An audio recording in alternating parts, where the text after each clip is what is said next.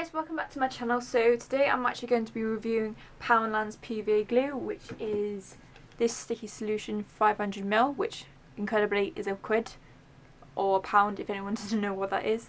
I wanted to review this because I actually have done a lot of experimentation with it across the board, from doing paper acrylic pours, which are these two, and a couple others I've got by the side of me, to canvases, to MDF boards. I just wanted to give a review on how it actually worked out as a pouring medium, because that's why I used it in the first place, to try and figure out if it was actually a good pouring medium. And in short notice, yes, it is very, very good.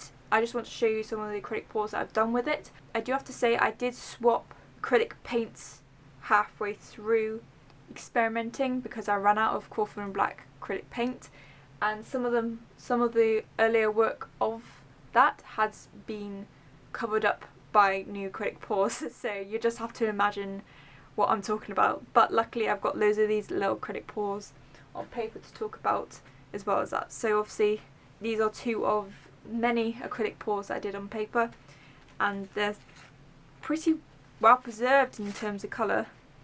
I do have a proper review on my channel about these, so go ahead and check that out in the description box below.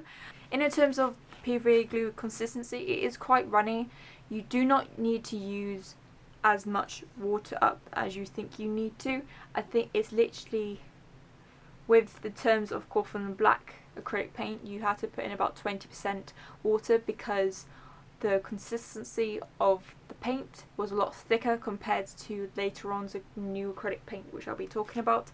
But that's just one thing I did notice with the PVA glue consistency and ratio. So it would be 50% acrylic paint, which is Crawford & Black's acrylic paint, with 30% PVA glue and then 20% water. Sometimes this shifts and changes between which colour you have, just because I know the black likes water a bit more than, let's say, the red or the white. So that's the PVA glue using with Crawford & Black's acrylic paint.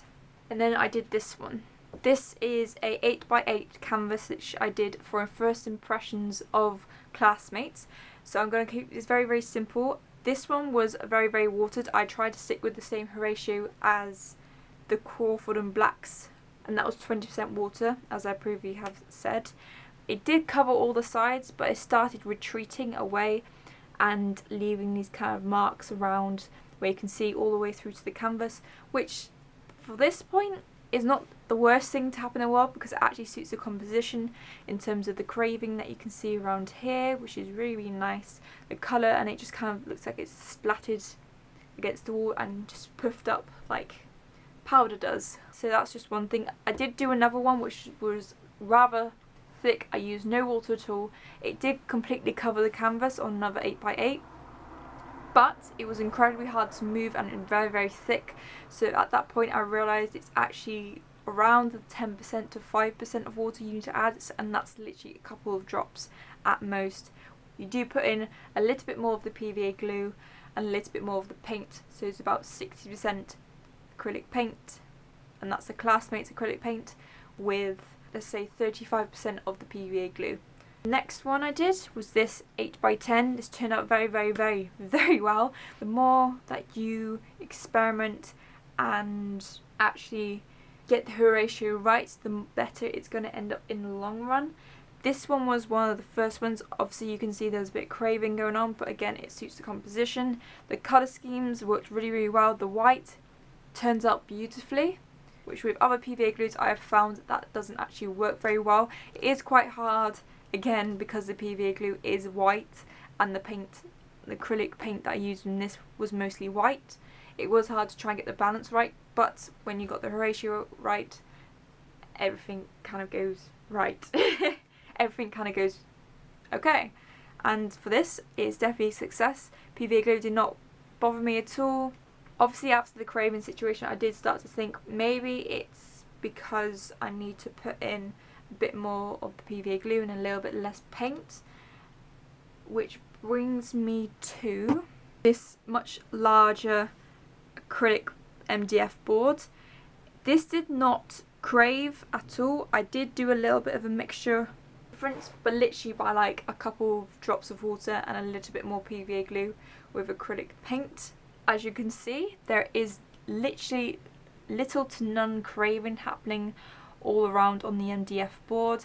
Every single acrylic pour that I've used with this PVA glue has had some sort of craving in it, but they have all worked really well, and it always seems to be where towards the middle of the pour, like this bit, you've got a little bit around here and a little bit around here.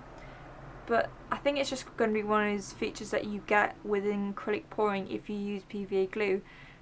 You can get it with some other PVA glues, but with this one I do think it's just down to the compounds not mixing as well with classmates acrylic paint compared to the Crawford blacks. But like I said, again, it's not really a bad situation for me because it works. Like, the composition works with the acrylic paints, and it just seems to work, so I'm not too bothered about it craving. But again, if you don't want to have craving, I would